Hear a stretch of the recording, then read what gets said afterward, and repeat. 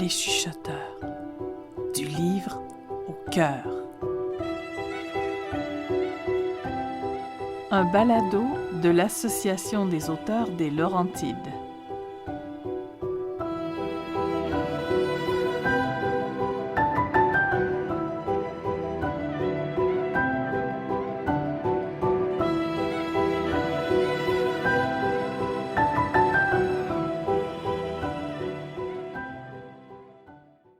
Selkie, de la rivière de l'Ouest, une histoire unique à Brownsburg-Chatham, par Cynthia Lissa Dubé. Il n'est point de devoir que nous sous-estimons autant que le devoir d'être heureux. En étant heureux, nous répandons anonymement le bien dans le monde. Robert Louis Stevenson. La jeune Amy entre en trombe dans la maison et s'adresse d'un ton ferme à sa grande sœur. « Dépêche-toi, Lily, on doit retrouver maman au plus vite. Un grand malheur est arrivé à la boîte aux histoires. » Lily lève de grands yeux mauves surpris, engourdis par la lecture à la lueur de la lampe. Ses cheveux roses sont ébouriffés. Amy contient sa peur. Elle n'a pas osé apostropher les voyous excités et enragés à la noirceur. Son teint est encore plus pâle que d'habitude. Elle est venue chercher du renfort et espère qu'elles pourront revenir à temps pour faire cesser le massacre. Charlot s'approche d'Amy. Il ne pense qu'à s'amuser. Elle le caresse vigoureusement de ses doigts légèrement palmés. « On n'a pas le temps de jouer, mon bon gros chien !» Celui-ci suit les deux sœurs en trottinant gaiement. Elles font la course. Il est heureux d'accélérer pour les suivre. Les deux sœurs sont gymnastes, elles sont souples et en forme. Elles font de grandes enjambées en direction du barrage où elles espèrent retrouver leur mère. Sa peau blanc bleuté, ses cheveux couleur rivière glissent dans l'eau et reflètent la lumière du clair de lune. Selkie est heureuse dans son patelin de Brownsburg-Chatham.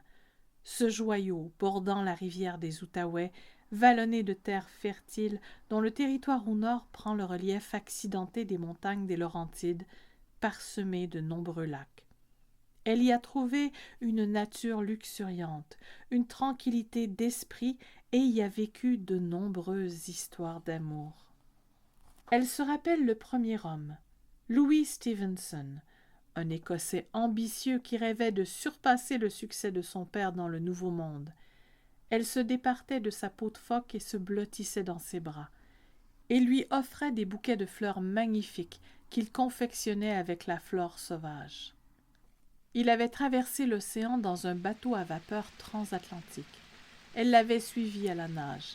Il s'était retrouvé à Montréal et était monté dans les terres jusqu'à cette bourgade où il s'était lié d'amitié avec Alexander McGibbon et Jane Brown. Louis travaillait à la scierie et bâtissait des maisons. Il aidait aussi au moulin à farine. Il travaillait fort, se montrait persévérant. Il en fallait du courage pour défricher cette terre rocheuse.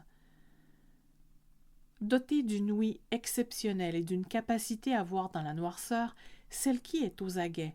Elle entend des cris et le chien qui allaite. Elle comprend que ses filles la cherchent.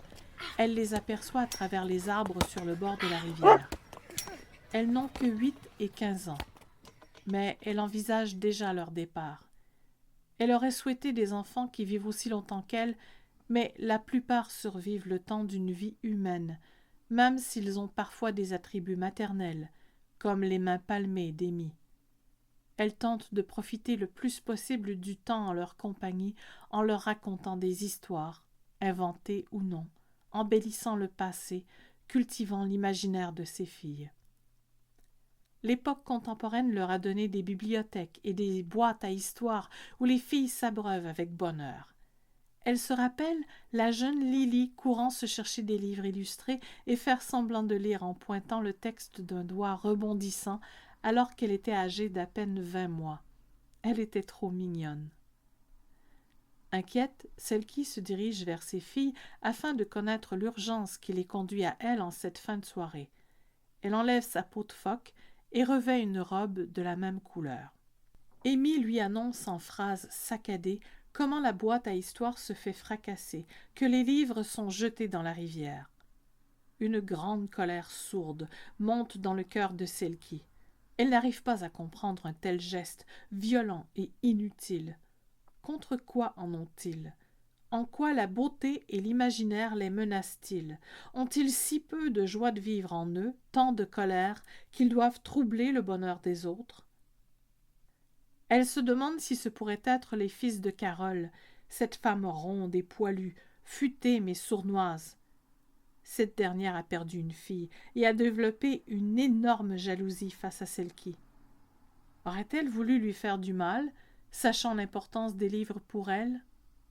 Pourtant, si elle connaissait l'histoire de la femme phoque, elle saurait que nul autre ne peut comprendre aussi bien la douleur liée au deuil de sa descendance. Elle chasse cette idée ridicule. Même Carole ne peut ourdir un tel plan machiavélique. Les trois femmes s'élancent en direction du parc où se trouve la boîte à histoires en question avec Charlot sur les talons. Il s'agit d'un autre segment de la rivière de l'Ouest. Plutôt que de suivre le cours d'eau coupé par le barrage, elles iront par la voie terrestre. De phoque de mer, Selkie est devenue créature d'eau douce en prenant pays ici. Elle connaît le bras d'eau par cœur, celui qui fournit l'eau potable de la population. Tirant sa source du lac Gustave à Wentworth Nord, la rivière passe par Brownsburg-Chatham en un parcours sinueux, composé de nombreux coudes, cascadant sur les roches, bouillonnant d'écume blanche au printemps. Elle finit sa course dans la rivière du Nord, dans la ville voisine, La Chute. En cet été particulièrement chaud, le niveau de l'eau a baissé comme jamais. La température reste élevée, même lorsqu'il fait nuit. La chaleur aura peut-être contribué à exciter les malfaisants. Elle nourrit très certainement la colère de Selkie, Lily et Amy. Selkie pense à son amie Carmel, la grande défendresse du français, mariée à un Écossais qui n'arrivait pas à baragouiner la langue de son pays d'adoption. Carmel m'y tenait de délicieux desserts, dont les fameux scones au bleuet. Elle avait appris à son amie à garder son sang-froid, habituée qu'elle était au défi, travaillante, déterminée à faire ce qu'elle devait pour faire vivre sa famille. Carmel avait eu l'audace d'aller travailler à l'usine de la Canadian Safety Fuse à 15 ans pour fabriquer des grenades. Sa dextérité était telle qu'on l'avait gardée à l'emploi même lorsqu'on avait découvert qu'elle n'avait pas l'âge de travailler.